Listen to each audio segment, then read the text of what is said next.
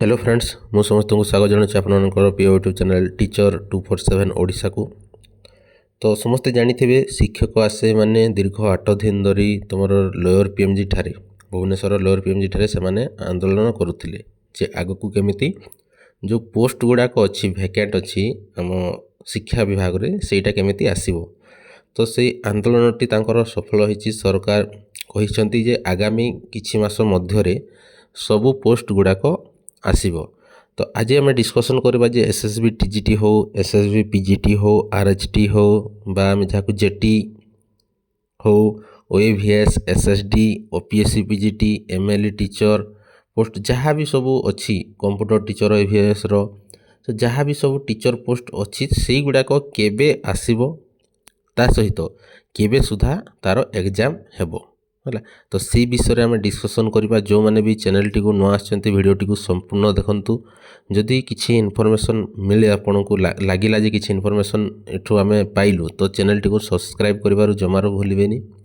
देखि सारला परे वीडियो आपन निज सांग मान को मध्य शेयर कर देबे जेमति से माने मध्य जानि पारिबे जे आगामी किछि मास मध्य जो पोस्ट गुड़ाक अछि से हिसाब रे मध्य से माने प्रिपरेशन करिवे। तो आमे स्टार्ट करवा जे केबे सबू एगुड़ाक वैकेंसी गुड़ाक तुम आसवाकू जाऊँगी। तो समस्ते स्क्रीन रे देखि पारुथबो जे तुम जो आग को आसवाकू जाऊँगी एग्जाम है तुम जो upcoming exam upcoming teaching exams. तो शिक्षक भाई भौणी खुशी खबर आसूची आग को आम तो आसी जाइए बोली कहि पारिबानी आसीबो बोली कि आम कहबा आसूची बोली कि कहबा। तो तुमरो नेक्स्ट जो रहिला आउ माने केते मास 4 मास भितर ही तुम सबू रिक्रुटमेंट सबू आसीबो जहाँ भी सब वैकेंसी अच्छी। तो आम एग्जाम्स रे देखिबा को एग्जाम्स आउ एक्सपेक्टेड मंथ्स। तो को मंथ भितर तार एडवर्टाइजमेंट आम पाखकू आसी पारे तो से विषय आम आलोचना करबा। तार एग्जाम ने विषय मध्य आम आलोचना करबा। तो फास्ट एसएसबी टीजीटी बा आम जो पीईटी कथा कहूचे दीटा जाक एसएसबी टीजीटी समस्ते जानिच जे तुम 1700 समथिंग पोस्ट थिला तापर परवर्ती समय में 1400 समथिंग पोस्ट माने देखी थिले गोटे एडवर्टाइजमेंट रे हमर पोस्ट संख्या केते थिला ना 1400 समथिंग थिला। मझिरे जो गोटे भाइराल होतला लेटर तो सेही थिरा हम देखि जे केते 1400 समथिंग पोस्ट देखि जे। तो जहाँ भी हो तार नोटिफिकेशन प्रथमे आसीबा पई जाउची तुमरो अक्टोबर एटा तो तुम होगा अगस्ट सरीगला सेप्टेम्बर मास अच्छी अक्टोबर किंबा नवेम्बर मे भी बहुत चांस जे तुम अक्टोबर मिड वीक सुधा तुम कौन आसब ना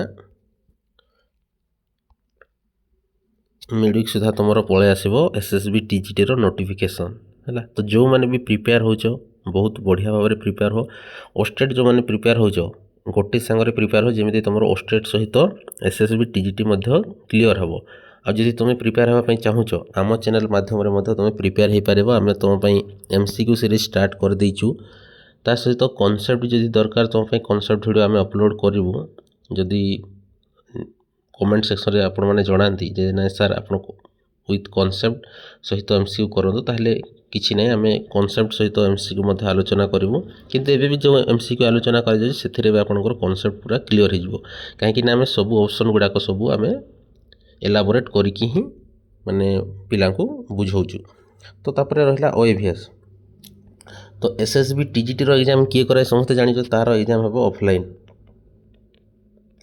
मु सब डिस्कशन कर दउची ऑफलाइन हेबो एसएसबी ही निजे कराए तमर पेन पेपर टेस्ट है तार जानिछ समस्ते। तो सेटा भी खूब शीघ्र तुम एग्जाम में भी जदि एई मासरे आसुजी तुमर एग्जाम हला बेलकू ये तार एग्जाम तुम जनवरी मसरे हेबो। तार 3 मास भितर सब से कंप्लीट कर दिए है। तो जनवरी फेब्रुआरी सुधा तुम एसएसबी टीजीटी रो एग्जाम देखा पाइब जदि आसूची तुम अक्टोबर नवेम्बर मसरे है। तापर आसला ओएवीएस। ओएवीएस रो जो एग्जाम प्रोसीजर अच्छी बहुत दिन है ओएवीएस आसीनी। तो ओएवीएस रो मध्य आसीबो केबे ना सेप्टेम्बर लास्ट आड़ को आसो ना first week of October September आसो ना तो फास्ट वीक ऑफ अक्टोबर तुम आसो। ओएवीएस रो एग्जाम समस्त जानिच सीबीटी माध्यम रहे तार कौन से गोटे एजेंसी को दि जाए है एजेंसी एजेन्सी को दिगला से ता हिसाब रे 3 मास मध्य कंप्लीट कर दिए एग्जाम। तो जदि आम कहिबा मोस्ट प्रोबेबली तार एग्जाम हम जानुआरी मासरे ओईभीएस एग्जाम जानुआरी मासरे हो जाइथिबो।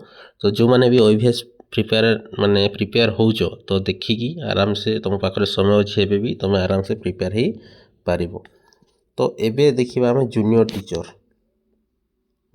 टीचर बा आम जहाँ असिस्टेंट टीचर बोल कि कहिबा असिस्टेंट आगु को असिस्टेंट टीचर बोली कहिबा।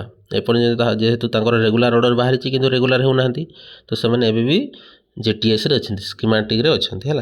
तो जूनियर टीचर तार मध्य आसीबो जो 15,000 वैकेंसी जो कहा जाउची 15,000 वैकेंसी जो जूनियर टीचर रे अच्छी बोली कहा जाउची तार वैकेंसी आसीबो केबे ना नवेम्बर मासरे। तो तार एग्जाम हला बेलको आपण मानकर केते ही जोना समय फेब्रुआरी मार्च है। तो जेहेतु असिस्टेंट टीचर बा जूनियर टीचर वैकेंसी आसवा को जाउची बड़ वैकेंसी तो समस्ते प्रिपेयर हो जमीती एथर को तुम सिलेक्शन हो जिवो। आ तार एक्सपेक्टेड मंथ आम केबे करूछे ना नवेम्बर मासरे सेटा भी तुम सीबीटी मोड रे हबो है। जो सीबीटी मोड रे ही तुम जूनियर टीचर एग्जाम हो। तो जो माने भी प्रिपेयर होचो से हिसाब रे प्रिपेयर हो। एबे आम देखिबा एसएसडी है। एसएसडी रो केबे आसीबो जहाँ भी सब एसएसडी रो वैकेंसी अछि टीजीटी पीजीटी जहाँ भी सब तार मध्य वैकेंसी आसीबा को जाउची सेटा भी आसीबो तुमरो सेप्टेम्बर अक्टोबर है। तो आम देखुचे एसएसडी रो एग्जाम समस्त जानिचे ऑनलाइन माध्यम रे हिथिला इथरक। तो तार मध्य वैकेंसी जो आसीबो सेटा भी ऑनलाइन मे भी तुमरो ऑनलाइन माध्यम रे ही हेबो। तो एसएसडी रो जो वैकेंसी आसीबो सेप्टेम्बर अक्टोबर आसीबो तार एग्जाम लेवल को फेब्रुआरी है। फेब्रुआरी को से टार्गेट करके रखिछन जे फेब्रुआरी मार्च रे सब एग्जाम सरे की तार गोटे कोन देबे ना नियुक्ति जो मेला चलची से नियुक्ति मेला रे समस्त को अपॉइंटमेंट दे बोली तांकर गोटे से रखिथिबे। सेति पई से एई मास भितर एक्सपेक्टेड करछन आमे जदि एई मास भितर माने नोटिफिकेशन काढुछु एडवर्टाइजमेंट काढुछु ताले हमको कंप्लीट करिया पई मिनिमम 4-5 मास तांको लागिवो। तो से हिसाब रे से माने एई नोटिफिकेशन गुडा को बाहर करिया पई इच्छुक थिबे। तमरो तो एबे टीचिंग कैलेंडर बाहरिबो जो हमरो एक्सपेक्टेड कैलेंडर को मास रे को एग्जाम हेबो। तो एसएसडी रो जानले तापरे तमरो पीजीटी जोटा कि रहला तमरो एसएसबी पीजीटी ओपीएससी पीजीटी जो माने भी SSB PGT OPSC PGT prepare होचो डिसेंबर मास last month of the year है। आमर 2026 रो लास्ट मंथ रे तुम कौन एडवर्टाइजमेंट आसीबो ना ओपीएससी एवं एसएसबी पीजीटी टीचर रिक्रुटमेंट आसीबो। तो जदि तुम प्रिपेयर होचो ओपीएससी पीजीटी पेपर 1 एटा सब तुम ऑफलाइन एग्जाम हम है। ये तुम ऑनलाइन हेबनी पेन पेपर टेस्ट एटा तुम एग्जाम हेबो।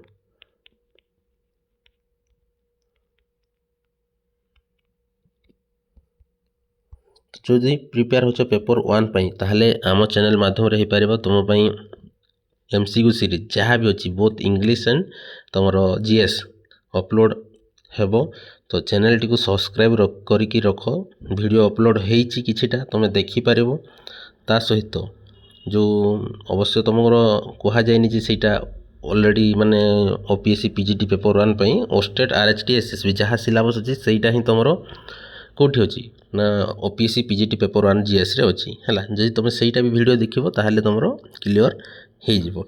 तो डिसेंबर मास सुधा जेहेतु आसवा को जाउछि तुमर मे भी बिफोर इलेक्शन हो पारे एग्जाम नहले आफ्टर इलेक्शन हो पारे एग्जाम। तो सेटा आम एग्जाक्ट डेट कहि परिबानी किंतु माइंड रे रखि चलो फेब्रुआरी मार्च रे तुमर एग्जाम हेबो हैला।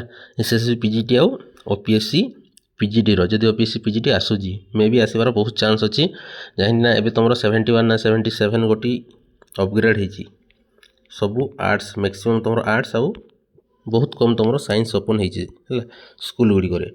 तापर तुम एमएलए टीचर गोटे रहा यहीटा आसब केबे ना तुम ଅକ୍ଟୋବର ମାସରେ। ତ ଯେଉଁମାନେ ବି ଇଣ୍ଟରେଷ୍ଟେଡ଼ ଅଛ ସେଇ ହିସାବରେ ତୁମେ ପ୍ରିପେୟାର କର। ସ୍ପେଶିଆଲ ଏଜୁକେଟର ହେଲା, ତ ଏଇଗୁଡ଼ାକ ବି ତୁମର ଅକ୍ଟୋବରରେ ଆସିବ। ଯେଉଁମାନେ ବି ପ୍ରିପେୟାର ହେଉଛ ତ ସେଇ ହିସାବରେ ତୁମର ଅକ୍ଟୋବରରେ ଆସୁଛି ମାନେ ଏଇ ତା'ର ଜାନୁଆରୀ ଫେବୃଆରୀ ଫେବୃଆରୀରେ ତୁମର କ'ଣ ହେବ ନା ଏକ୍ଜାମ୍ ହେବ। ସେଇ ଏକ୍ସପେକ୍ଟେଡ଼ ରଖିକି ହିଁ ତୁମେ ପ୍ରିପେୟାର କର। ଯଦି ଏଇ ଏକ୍ସପେକ୍ଟେଡ଼ ନ ରଖୁଛ ତାହେଲେ ତୁମର ମେ ବି କ୍ୱାଲିଫାଏ କରିବାକୁ ତୁମକୁ ମେ ବି ପ୍ରୋବ୍ଲେମ୍ ହେଇପାରେ। ତ ସେଇ ହିସାବରେ ସମସ୍ତେ ପଢ଼ାପଢ଼ି କର। ତା ସହିତ ଆମେ ଦେଖିବା ଏବେ ଟିଚର୍ ରିକ୍ରୁଟମେଣ୍ଟ କ୍ୟାଲେଣ୍ଡର। ସମସ୍ତଙ୍କର ଗୋଟେ ଡିମାଣ୍ଡ ଯେ ସାର୍ ଟିଚର୍ ରିକ୍ରୁଟମେଣ୍ଟ କ୍ୟାଲେଣ୍ଡର ଗୋଟେ ହେଉ। ଯେମିତି OSSC OSSC ତାଙ୍କର ଯେଉଁ ରିକ୍ରୁଟମେଣ୍ଟ କ୍ୟାଲେଣ୍ଡର ଗୋଟେ ରଖୁଛନ୍ତି ଯେ କେଉଁ ମାସରେ କେଉଁ ଏକ୍ଜାମ୍ ହେବ ହେଲା, ଏକ୍ଜାମ୍ କେଉଁ ମାସରେ କେଉଁ ଏକ୍ଜାମ୍ ହେବ ସେଇଟା ଜାଣିବା ପାଇଁ। ତ ଆମର ସେମିତି କୌଣସି କ୍ୟାଲେଣ୍ଡର ନାହିଁ। ତ ଆଶାୟୀମାନଙ୍କର ଡିମାଣ୍ଡ ଅଛି ଯେ ଗୋଟେ ଟିଚର୍ ରିକ୍ରୁଟମେଣ୍ଟ କ୍ୟାଲେଣ୍ଡର ରଖାଯାଉ, କେଉଁ ମାସରେ କେଉଁ ଏକ୍ଜାମ୍ ହେବ ଆଟଲିଷ୍ଟ ସେଇଟା ପବ୍ଲିଶ କରାଯାଉ, ଯାହାକି ଗୋଟେ ଏସ୍ପାରାଣ୍ଟକୁ ପଢ଼ିବା ପାଇଁ ସୁବିଧା ହେବ। ସେ ଜାଣିପାରିବେ ଯେ ମୋତେ ଡିସେମ୍ବର ମାସରେ ଜୁନିୟର ଟିଚର୍ ଏକ୍ଜାମ୍ ଦେବାର ଅଛି, ଜାନୁଆରୀ ମାସରେ ମୋତେ PGT ଏକ୍ଜାମ୍ ଦେବାର ଅଛି, ଫେବୃଆରୀ ମାସରେ ମୋତେ ଦେବାର ଅଛି OAVS। ତ ଏମିତି ଯଦି ଜଣା ପଡ଼ିଲା ତାହେଲେ ଗୋଟେ ଆଶାୟୀଙ୍କର ମନୋବଳ ଦୃଢ଼ ହେବ, ସେ ପଢ଼ିବା ପାଇଁ ମଧ୍ୟ ଇଣ୍ଟରେଷ୍ଟେଡ଼ ଲାଗିବ। ଏବେ ଆମେ କ'ଣ ପଢ଼ୁଛେ, କେବେ ଆସିବ ପୋଷ୍ଟ କେବେ ନାହିଁ କିଛି ଜାଣିପାରୁନି। ତ ସେମାନଙ୍କର ଡିମାଣ୍ଡ ଥିଲା ଯେ ଗୋଟେ ଟିଚର୍ ରିକ୍ରୁଟମେଣ୍ଟ କ୍ୟାଲେଣ୍ଡର ଆସୁ। ତ ସେଇଟା ବି ସେମାନେ କହିଛନ୍ତି ଆସିବ ହେଲା, ଆସିବ କିନ୍ତୁ ଟିକେ ସମୟ ଲାଗିବ, କିନ୍ତୁ ସେମାନେ ବାହାର କରିବେ ହେଲା। ଟିଚର୍ ରିକ୍ରୁଟମେଣ୍ଟ କ୍ୟାଲେଣ୍ଡର କହିଛନ୍ତି ବାହାର କରିବେ। ତା ସହିତ ଯେଉଁମାନେ ବି ଅଛନ୍ତି ଆମର ଲିଡ଼ରମାନେ ସବୁ ଯାଇଥିଲେ ଆଶାୟୀମାନଙ୍କ ସହିତ, ତ ସେମାନେ ମଧ୍ୟ ମାନେ ଖୁସି ଅଛନ୍ତି ଯେ ଖୁବ୍ କମ୍ ଦିନ ଭିତରେ ସବୁ ପୋଷ୍ଟ ଗୁଡ଼ାକ ବାହାରିବ ବୋଲିକି। ତ all exam will be conducted maybe March April. ତ ତୁମକୁ ଏଇଟା ଯେଉଁ କୁହାହେଇଛି, ଯେହେତୁ ଏପ୍ରିଲ ତ ମେ ବି ଇଲେକ୍ସନ୍ ହେଇଯାଇଥାଇପାରେ, ତୁମର ଫେବୃଆରୀ